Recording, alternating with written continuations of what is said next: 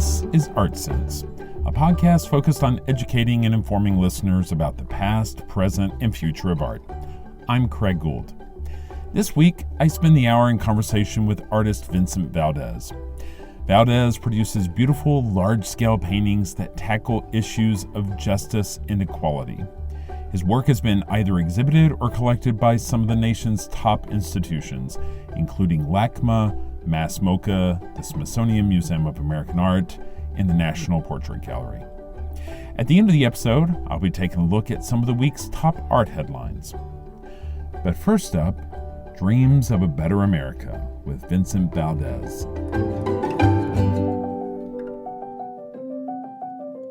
Vincent Valdez, thank you for joining us this week on the Art Sense podcast. Vincent, a lot of times when I welcome somebody to the show, I kind of give them the opportunity to tell people in their own words what their work is like. If you're at a dinner party, someone walks up to you, they don't know you and they've never met you before. They say, "What do you do?" "I'm an artist." How do you describe your work to someone who's never seen your work before? I make pretty pictures. The end. That's the best I got.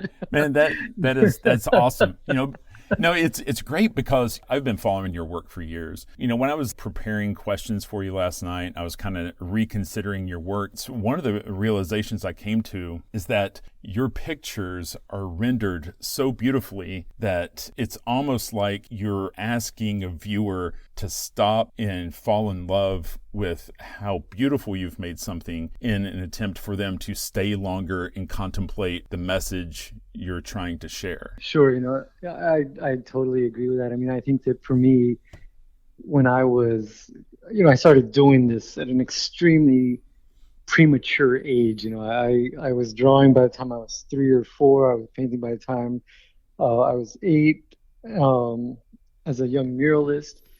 And immediately I knew that being an image maker for me was my way of communicating with others. I wanted not only to be able to translate what I was observing and witnessing in the world around me, but I wanted this work to be of service in some way to others.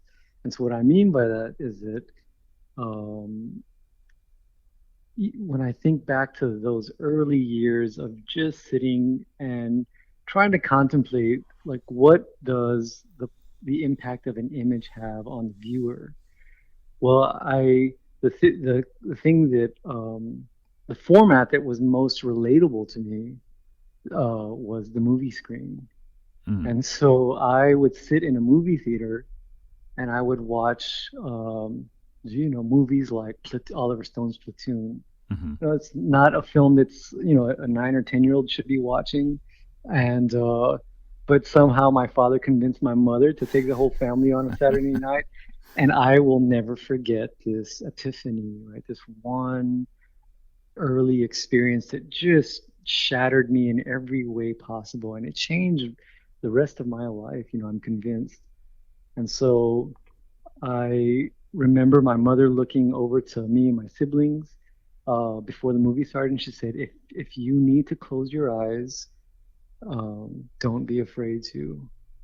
And immediately I did the opposite. My eyes just enlarged, and I was like, what is she talking about? What could be so traumatizing that I will have to look away?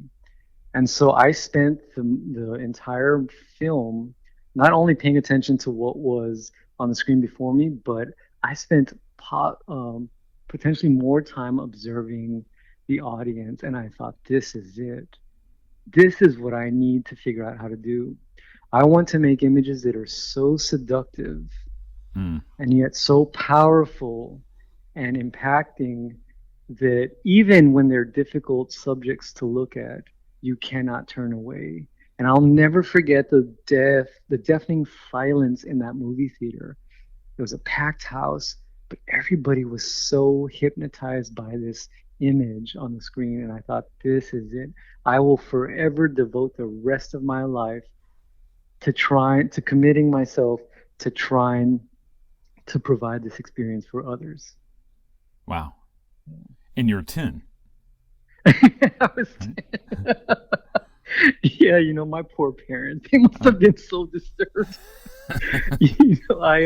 But there was already something rooted within me. My great grandfather was a painter, was a damn good painter that I never met, but I knew him only through the canvases that still hang to this day in my grandparents' house in the south side of San Antonio. mhm. I didn't have access to museums and galleries and art books, so I going to grandma's house every Mother's Day, on the weekends. I was excited to go there, not because I could be running around outside playing with my cousins and siblings.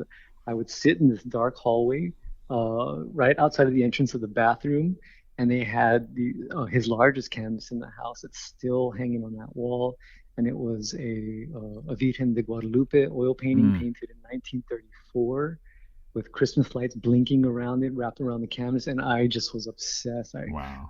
I remember sitting there with my school notebook paper and a pencil and getting so frustrated because my skills were not up to par with his. And I remember telling myself angrily, someday I'm going to learn how to do this. I'm going to be as good as he was and maybe even a little bit better. Right. And it's been an amazing thing to have these images, his works passed down to me, as I begin to get older. The path of your career, they're all pretty pictures, right? But there's a social commentary. There's a message, and it's a message that's tied to, what adjectives would you say? I mean, is it social inequality, injustice? What's the thread that, in your words, ties your work together?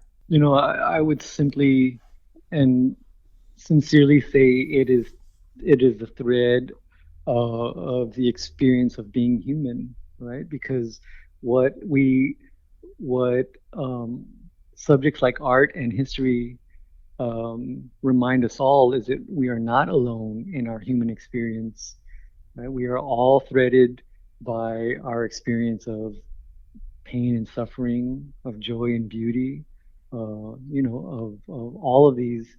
all of these experiences that condition us as human beings. Um, we are uh, in the 21st century.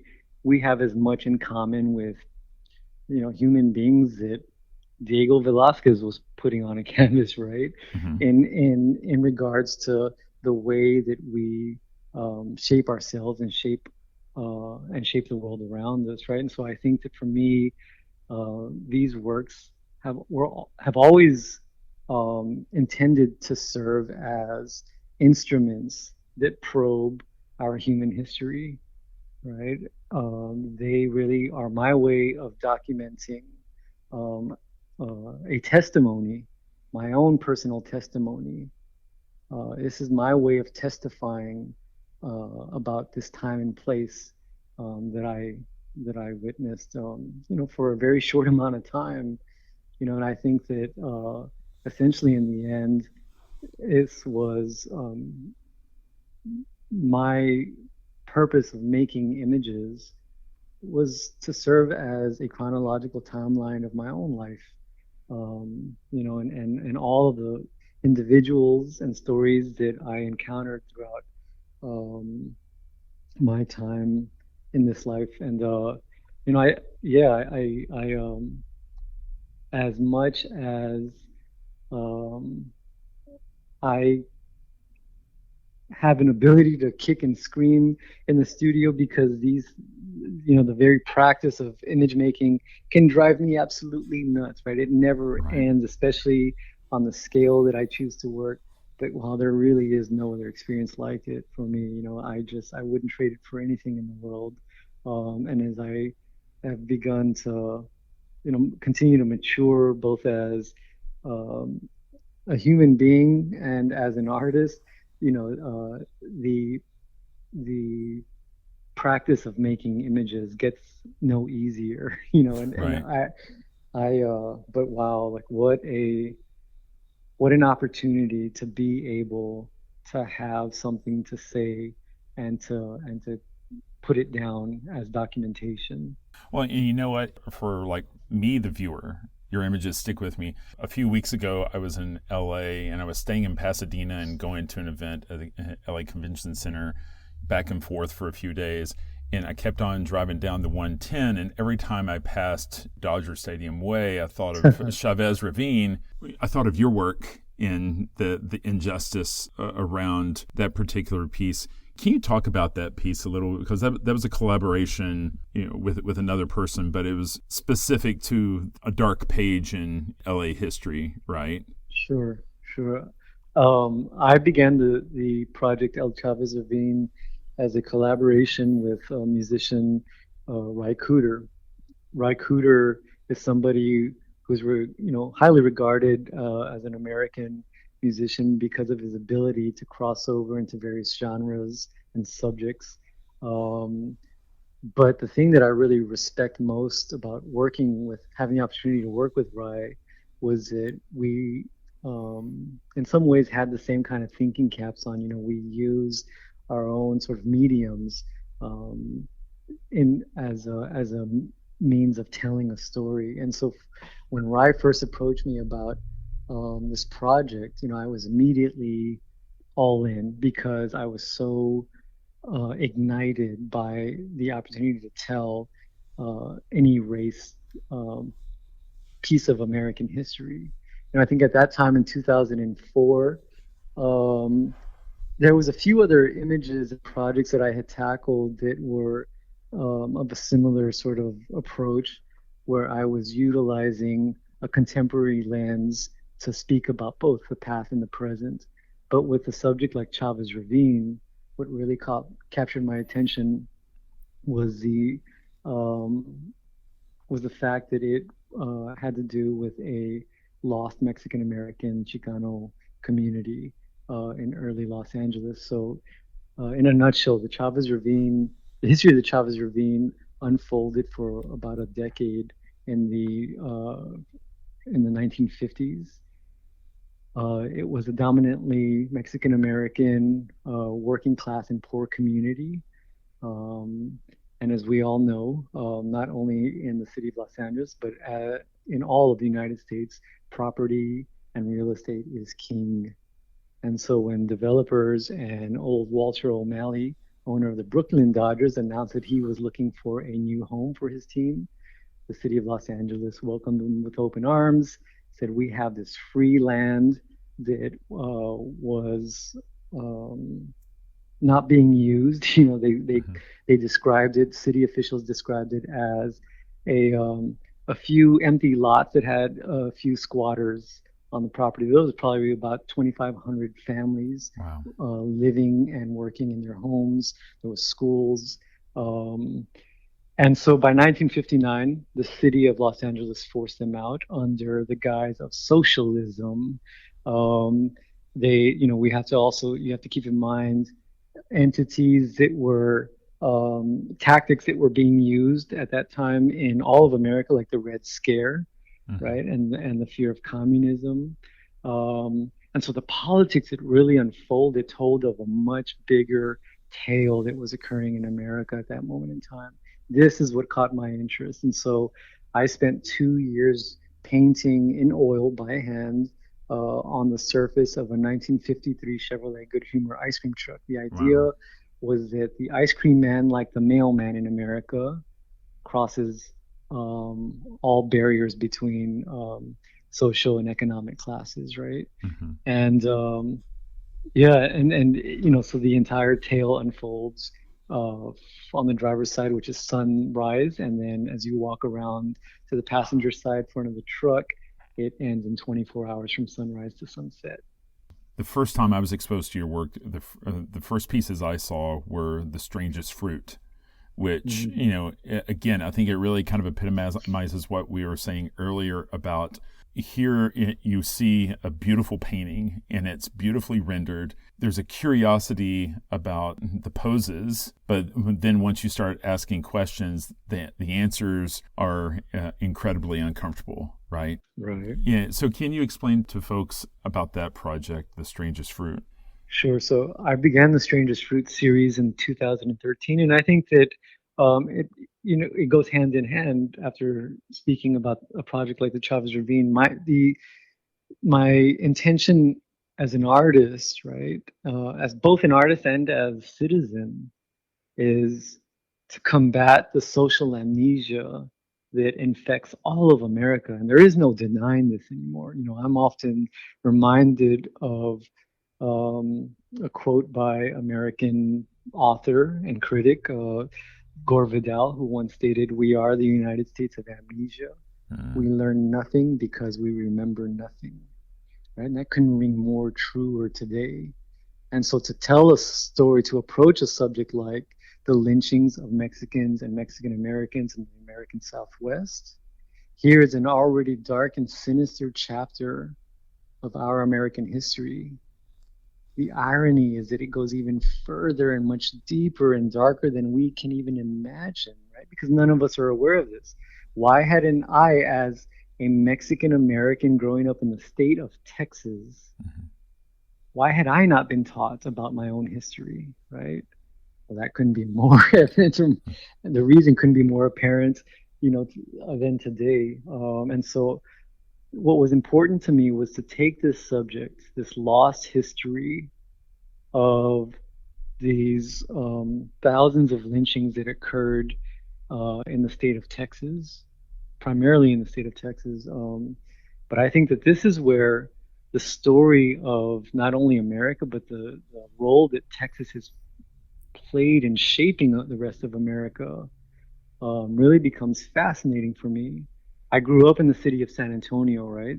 Home of the Alamo, right? And so I couldn't help but remember while I was working on a project like Strange Fruit, my very first field trip in the first grade. It's sort of a rite of passage, or at least it was in the 1980s, for public school attendees to get in a school bus and drive to the Alamo. And I remember walking into the Alamo and being confronted by this massive canvas.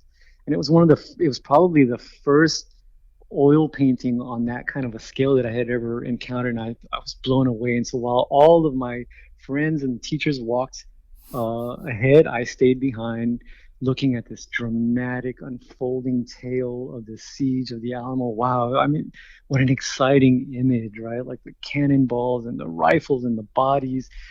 And after staring for about 10 minutes, I finally stepped back and I thought, well, wait a minute. Why do I look like all the dead guys on the ground, right? Why do they look like my brothers and my cousins? And I thought, what is wrong with this picture? Why am I the enemy, right? And it really messed with my head. And so the idea in a project like The Strangest Fruit was to tell this history, to make sure that this history does not get entirely erased. But it was important to do it through a contemporary lens. Because the goal is to have the viewer potentially walk away questioning, well, what does a subject like this have to do with my life today, right? How has this subject affected where I grew up, or how does it affect me or my community?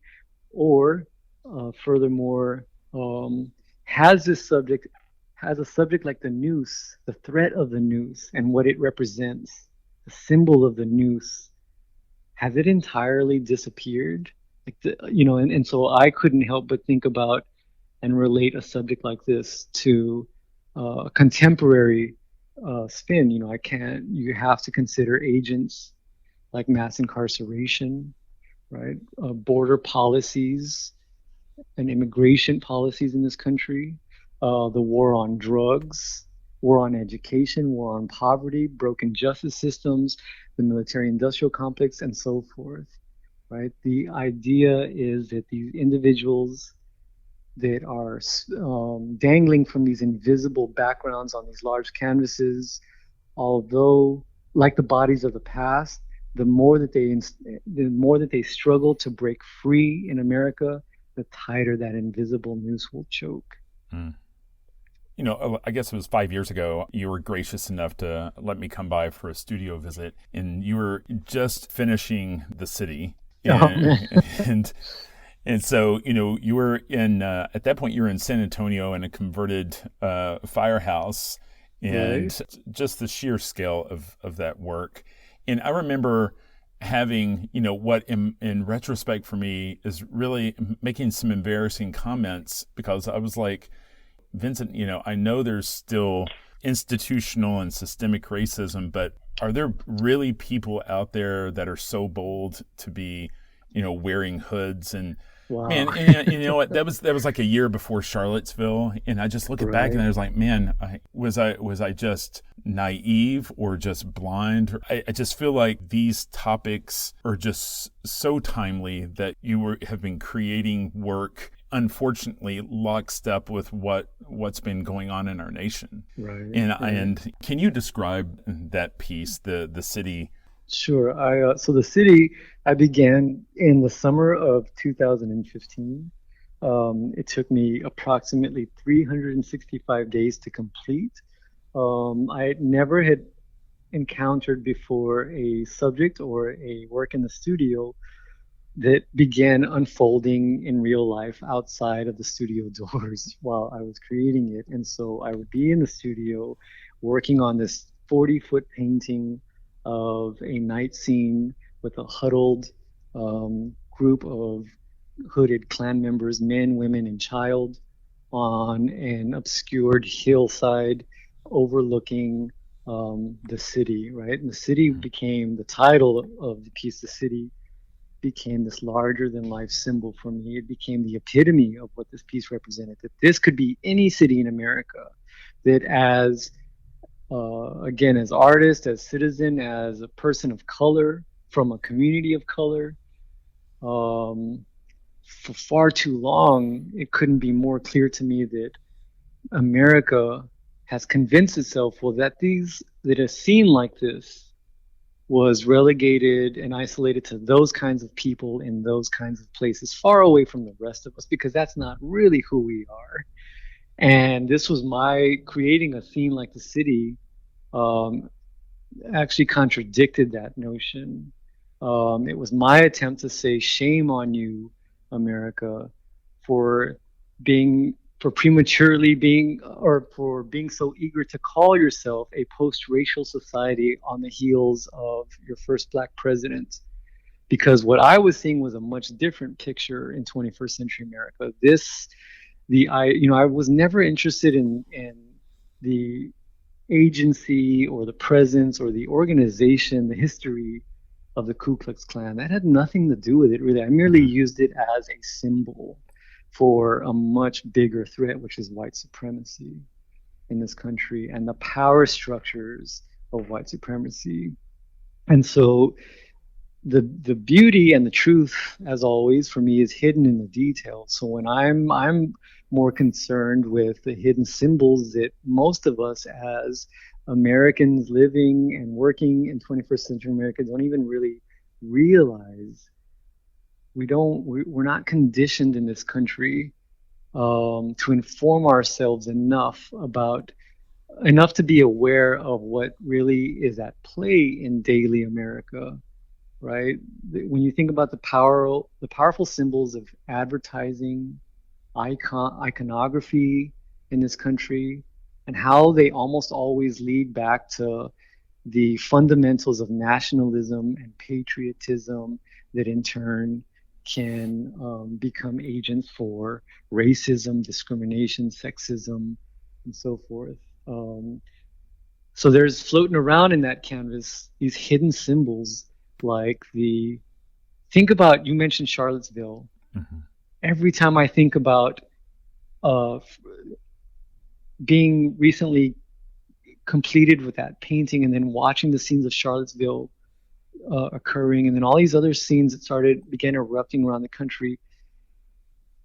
And over, I quickly began to recognize that there was one symbol that just stuck with me, and it was the symbolism of these trucks that were being Yeah. used as symbols of aggression, right? Right. And so when I devise the composition of the city, there's one light source, Yeah. one main light source. Almost it creates a chiaroscuro like effect, and it's the headlamps of this brand new, souped up Chevrolet truck. Right? This Yeah. becomes the Heartbeat of idea. America. It was a heartbeat of America was their tagline back There then. you There you go. So I compositionally, as a compositional strategy, I made damn sure that that cross, right, it becomes like equated with like the burning cross, of the Ku Klux Klan, this symbol of the past, a symbol of terror, and how that can quietly be viewed in very, very different manners depending on who you are and where you are in America. And so that slogan, the heartbeat of America, Right. became everything for me. Um, the baby Nike Air Jordans that are Hmm. laced on the feet of the toddler who's in a Ku Klux Klan hood, who's pointing at you like Uncle Sam, I want you. Here's the next generation that is learning these methods and these ways that have been passed down for generations and centuries in this country. There is the metropolitan city down below, and if you follow the traces in the mud and the tire tracks and the footprints, they lead you down like a golden brick road from Wizard of Oz down into the Golden City. It could be anywhere in America. And what does that tell the viewer? It suggests that these aren't people that are, again, isolated into these, forgotten communities. They're in your classrooms tomorrow morning. They're in the courthouses. They're in the medical systems, they're in the police force, they are part of, uh, we are all part of this community, and the idea that these forces exist in the shadows, right? And out in the open, more than we like to admit, is a very real concern and threat in this country. And so this was my way of confronting the elephant in the American living room. And when I think about that work, I think of the courage on your part to dedicate a year to tackling that issue kind of head on, with the knowledge that you're making a work that's so big. I mean, the piece is maybe 8 feet tall and 30 feet wide, give or take, Right. right? Something so big, that depicts something that's such a pariah for the majority of America. I mean, it's not like you're making work with an individual collector in mind. You're actually, were you thinking about the fact that this was really intended to find its way to an institutional collector when you were done? Was that part of your thought process? No, not at all. I mean, that never is, and I, I like to safely assume that every piece that I'm about to begin in the studio will never find a home, and it's for me, and that's good enough, and it's something that is on my mind and something that I feel is important to tackle as a subject, and so that is enough to just ignite the piece into existence. And so I was preparing for an exhibition at David Shelton Gallery in Houston. Um, a year after, I think by 2016, I'm sorry, 2017, Mm-hmm. and I brought David Shelton in, and I remember talking to him before he walked into the fire station door. I said, "Look, I have the idea, but I'm telling you." Um, Brace yourself. It is really powerful. I'm extremely excited about it. I feel it burning in the pit of my stomach every morning when I wake up and I run down those stairs, and I can't wait to start painting. But I understand if it's too much for you, I'm going to do it anyway. But I'm warning you, right? Like if it's not going to work, we'll have to figure something else out for the show later because I have to do this piece. And David walked in and he stopped. He made it literally 2 steps inside the door and stopped in his tracks. And he stayed silent. And I really thought he was going to turn around and walk out. And he said, "Let's go, do it."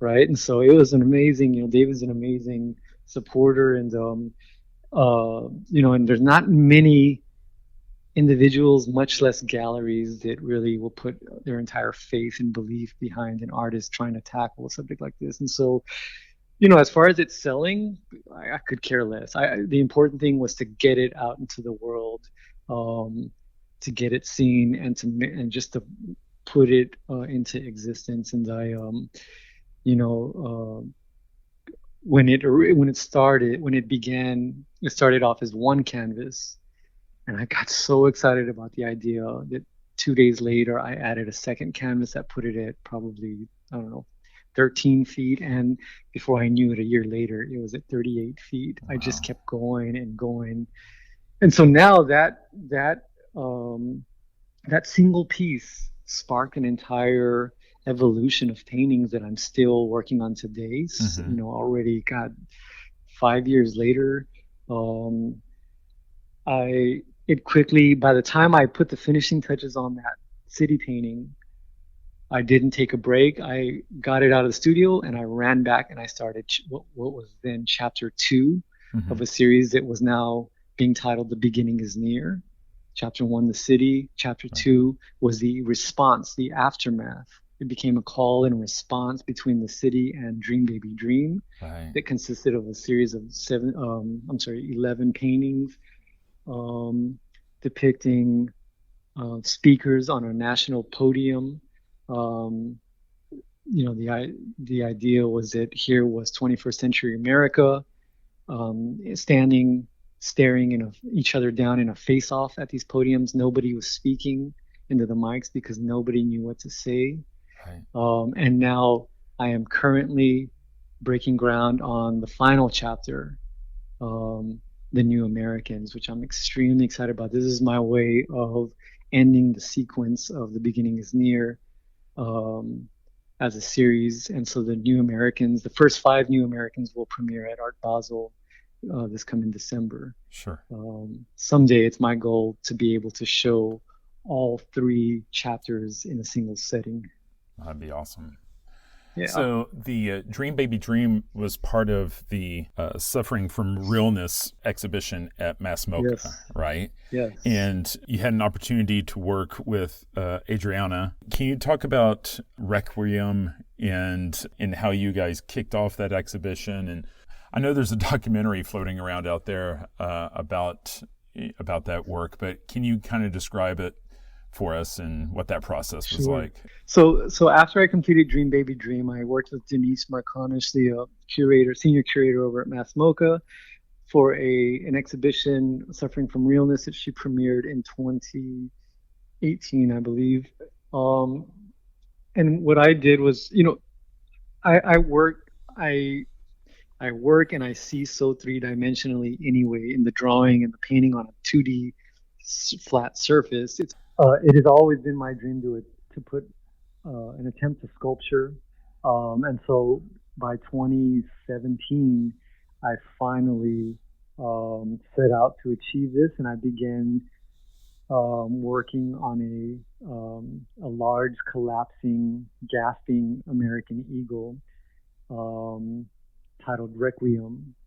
Requiem was my way of countering these nationalistic, patriotic icons and symbols. I started thinking about, especially in America, right? Like we are so familiar with these nationalistic symbols, right? The American flag, George Washington's portrait, American eagles from dollar bills to coins to monuments, etc. But what happens if you just for a second allow yourself to reconsider the meaning behind these symbols, right? You think about an American eagle that in all of its glory is always entirely depicted as only being victorious, emboldened, brave, aggressive, right, dominating, forceful, um, adventurous, all of the above. What happens if you flip that and just think about the reality of this country and all of the hardship and the brutal realities that have long been denied, right? What happens if you think about for a second um, American society, collective society, as being more vulnerable and fragile than we think? And so here is this eagle that is on the verge of collapse. And for the viewers that really pay attention, they notice that it's inflicted with wounds across its flesh, across its chest, its wings. There is no outside threat. There is no visible boogeyman, right? The wounds are self-inflicted. And so 850 pounds of clay on this Mm. armature. This project took me 2.5 years to complete from start to finish. Um, I worked with Adriana Corral, who's a tremendously powerful artist, as well as my partner. Um, and Adriana and I turned around and we wanted this project to be collaborative um, and to serve as a platform for others. And so one of the things that the ideas behind this was that rarely in America, especially post 9/11, rarely are we ever given the chance as a collective society to reconcile not only with ourselves, but with amongst others, right? With this country. Rarely are we given a chance to speak up and to be heard, and rarely are we given a chance to heal, right? When you think about the sheer violence in this country, right? From mass shootings to police brutality to the economic violence in this country, um, it is um, a plague of psychological warfare, in my opinion, on our population. And so here was our way of reaching out and collaborating with 243 various Americans, both citizen and non-citizen, 243 representing at that time the age of the American Republic. Adriana would contact these individuals, whether it be it phone, email, or in person, and we asked them to contribute a shared personal piece of their own history as Americans, right? And so one of the things that we found was that people really used it because they remained anonymous. Their testimonies, um, we found that people used it almost entirely as a confessional. Mm. And there was almost every one of these contributed texts were so impacting and, really shed light on a lot of trauma, on a lot of very personal stories that reflected their own views of what it means to have an American experience. And so we took these inscriptions, and Adriana hand wrote each one of their contributed texts out on paper. She took each one of those papers, reduced them to ashes. She handed over the ashes to me, and I mixed them inside of the patina that was later applied to this eagle. So when you look at this ashen, black, charred, screaming eagle collapsing on the floor, what an amazing way. It couldn't have been a more perfect final note to producing this piece, because it was the voices of people, right? A people's history that really gave the final effect of what this piece represented, right? And so it was really an amazingly powerful project for the both of us. That project is still out there circulating in the world. It is just about to open and is being installed literally as we speak at Arizona State University at their art museum for an exhibition about mass incarceration in this country titled Undoing Time. Isn't there like an Ali reference in Dream Baby Dream? Like, isn't there like an association to like his funeral? Just the diversity of people, how he kind of crossed all these strata of people of all colors and faiths and religions. And yes, here I was painting, this image of the city and tackling, and confronting white supremacy, while watching on the screen unfold before me Ali's funeral. There's not many people in my lifetime that I would use the term or apply the term hero for, but he was definitely one of them. Here was this schizophrenic Jekyll and Hyde America, dealing with what was unfolding politically with the presidential election, with Charlottesville, all these instances that we were all witness to, while at the very same time celebrating a Muslim American black male, right, in the 21st century, one of the few individuals um, who has who stood up to and defied the American government, right? And here we were praising and celebrating this individual, but even while watching the speakers at his funeral give their eulogies, I felt like it became a representation for something much larger at play. Here was the curtains on a stage lowering, knowing what was looming on the horizon, that was hovering over all of us and that would affect all of us as a nation. And so, wow, I remember getting chills just thinking like, well, this is what a strange moment in time. So I remember talking to you, and you described a residency that you had done in Germany, like a printmaking residency. Did I get that right?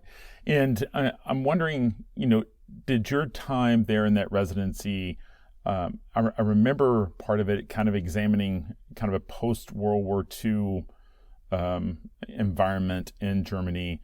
Did any of that experience of processing that, early on in your career kind of help inform the way you think about some of these things moving forward? Sure. I mean, definitely in some ways, I can't help but think about my time in Berlin. I was there probably for about 4 months, and for me, I think that being able to bring the stories that I was bringing, working on these subjects and sharing them with a German audience, right? That was probably the most interesting aspect for me, was hearing responses about some of the subjects that I was putting down on paper and on canvas. It was important for me to also really, I think, in a way, recognize the way that other parts of the world have dealt with their own histories, right? But I gotta say, I couldn't help but feel that it only further helped me to pinpoint and recognize how far behind America it really is in regards to understanding and embracing our own truthful histories. Um, and aside from that, I think that one of the between these kinds of experiences and the experience of just for the first time ever being able to walk into an institution and a museum, um, and being surrounded by the historic artists and painters that for me have been the closest I've held them. There's only a handful of painters that I really feel I share a similar language with, and coincidentally, these painters are individuals like Otto Dix, right? George Groves, Christian Schad, Rudolf Schlichter. These individuals, Kathy Kollwitz, this is their region. This is where they were.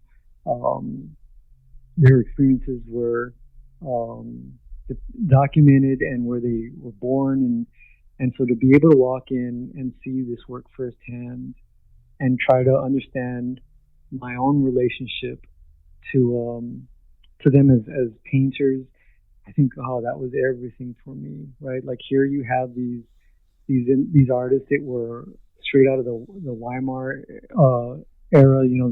We're talking about 1930s, right? Right before the the Third Reich comes into play, and so it really opened up my eyes into helping myself understand what it is that I've always seen and understood in their work, in regards to their social political elements that really really fueled or was at the root of what they were trying to do and say. So you're talking about the trilogy of like the city, Dream Baby Dream, and then this new body of work that's going to be a little bit more hopeful. Will we see a return to more color, or Yeah, I after I completed Dream Baby Dream, I stood back and I looked at I reflected on the city and I reflected on Dream Baby Dream series, and I thought, you know what, it's not enough. I cannot stop here. Not only for myself, but for the viewer. There has to be something a little bit more uh, motivating, something to look forward to, something hopeful. Um, and I mean that in not a political way at all. I think for me, at a moment like this, what it really comes down to is um, trying to remind ourselves that there are still people fighting the good fight out there, that there is something still worth fighting for, even in the midst of all of this chaos, noise, distortion.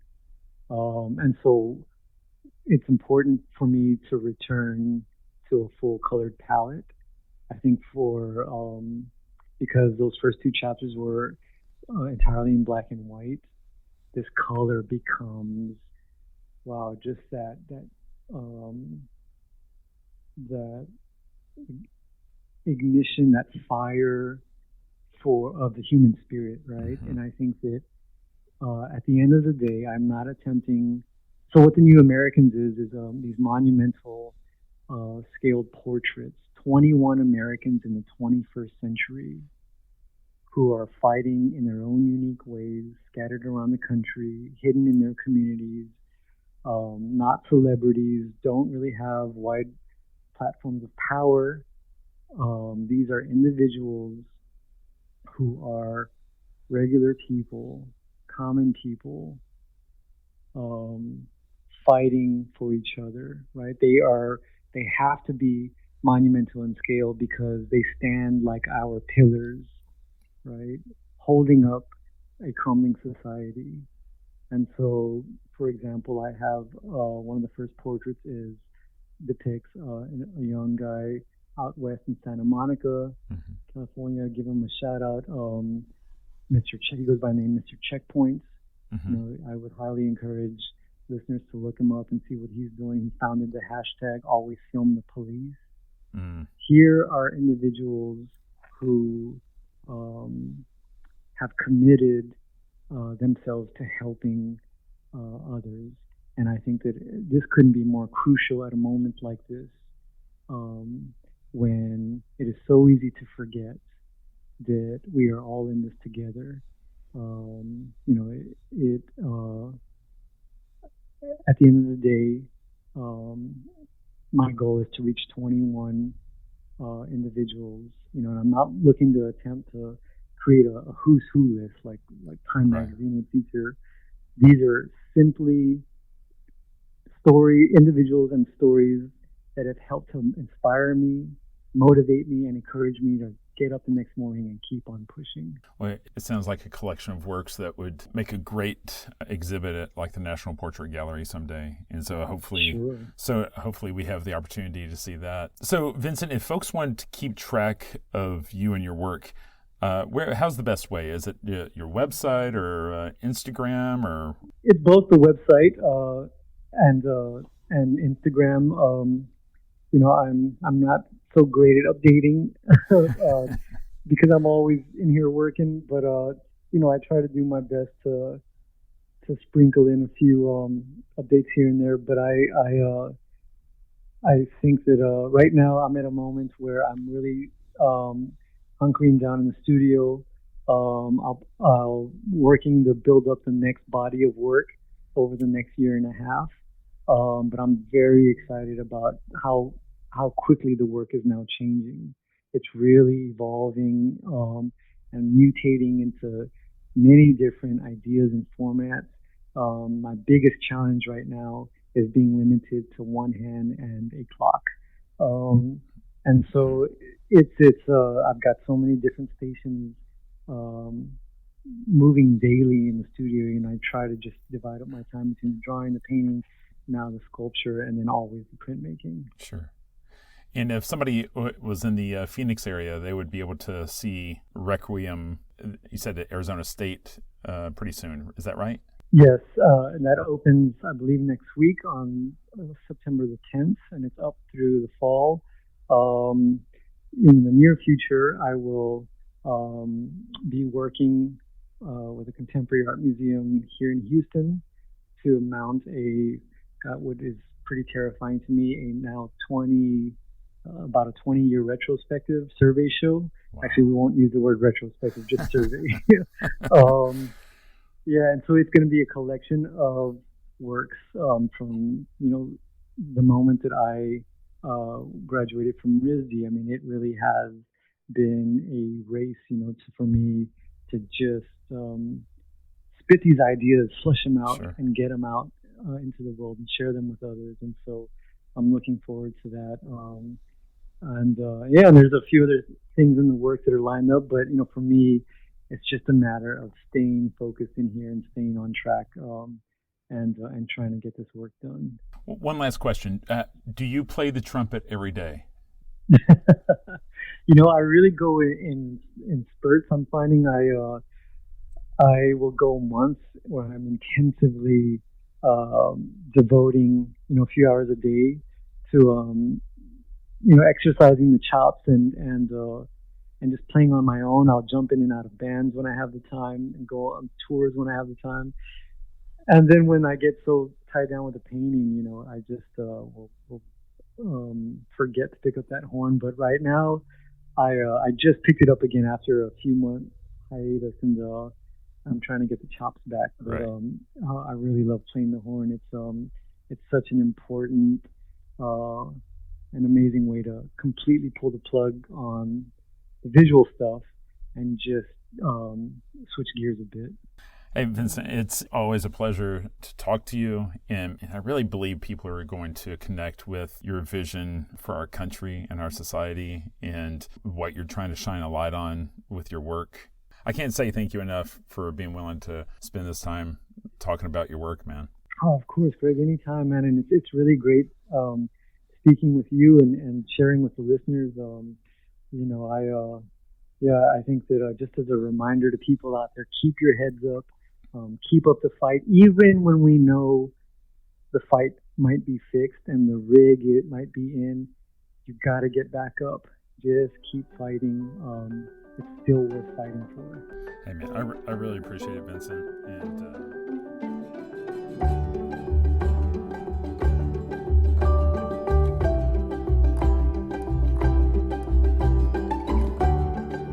And now, the news. It's September, and it's art fair time in New York once again. The Armory Show is back, and with the ability to see work from some of the world's top contemporary galleries live and in person at the Javits Center.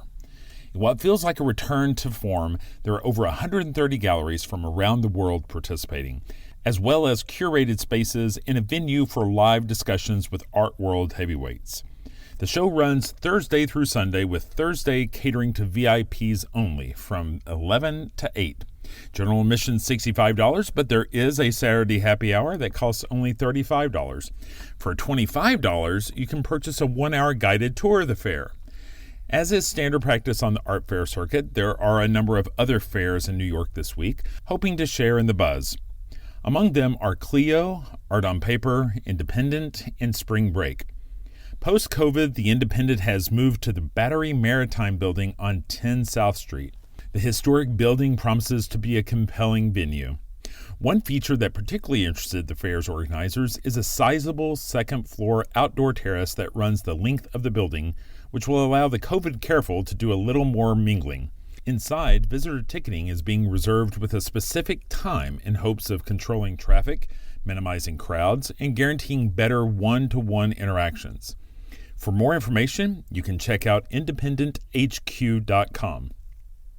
On Tuesday of this week, art world luchador Banksy announced on his website his first NFT offering. The image appeared to be a Banksy response to CryptoPunks. The auction closed later that day with the high bidder paying $336,000 for the asset. The only problem is Banksy says he was the victim of a website attack, which resulted in the buyer actually acquiring a Banksy-like NFT from a hacker, not Banksy. That buyer was an avid Banksy collector and vocal member of the Banksy Twitter community who goes by the handle Pranksy.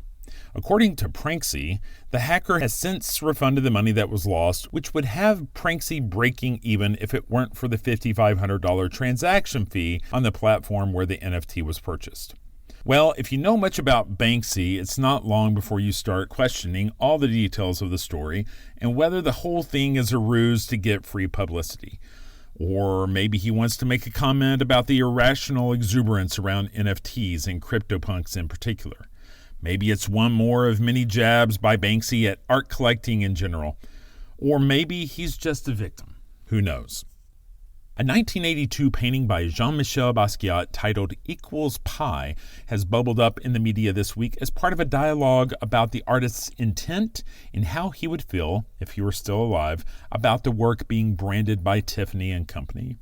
The debate stems from Tiffany's new About Love campaign, which recently featured a photo that included Jay-Z sporting a very Basquiat-like coif, seated next to his spouse Beyoncé, who is channeling Audrey Hepburn's iconic Breakfast at Tiffany's look while sporting a 128-carat diamond necklace. While some might complain about glorifying the racist and inhumane history of diamond mining, this week's debate is about the painting in the background, Basquiat's Equals Pi. The painting had not been seen in more than 30 years, but here it was in an ad campaign for a luxury brand. How?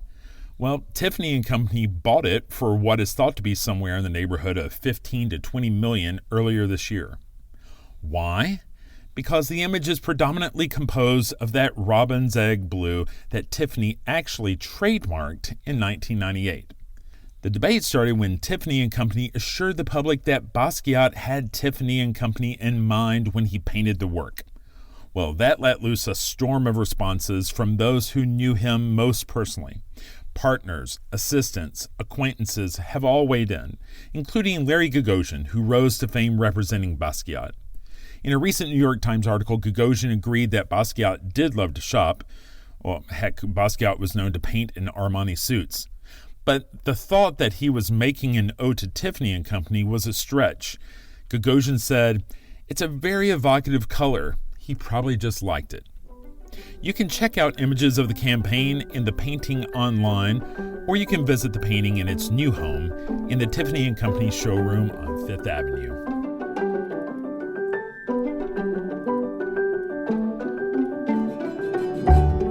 That's all the time we have for this week. You've been listening to Art Sense. You can find the show on Apple Podcasts, iTunes, Google Play, Stitcher Radio, Spotify, or your favorite podcast app. If you've enjoyed this podcast, be sure to subscribe, and while you're there, please rate the show and leave a quick review. Your feedback is the key to other folks finding us. If you'd like to see images related to the conversation, read a transcript, and find other bonus features, you can go to cambia.art and click on the podcast tab. If you'd like to reach out to me, you can email me at craig@cambia.art. Thanks for listening.